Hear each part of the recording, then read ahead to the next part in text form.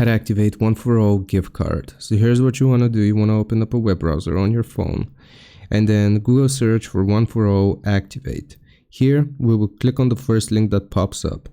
It is going to show us the steps needed to activate our gift card. First, we have to log in or create an account, follow the on-screen prompts and upload our requested documents, and the PIN will be issued within 24 hours.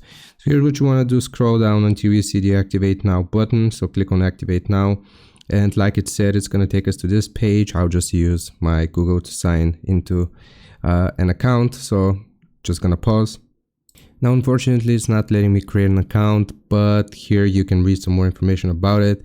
ID verification is required, so those are the documents that will be required of you. So once you log into your account, you will, provide your ID, and then once your ID has been verified, you will get a PIN code, and that gift card is going to be linked to your account, and that's how you do it.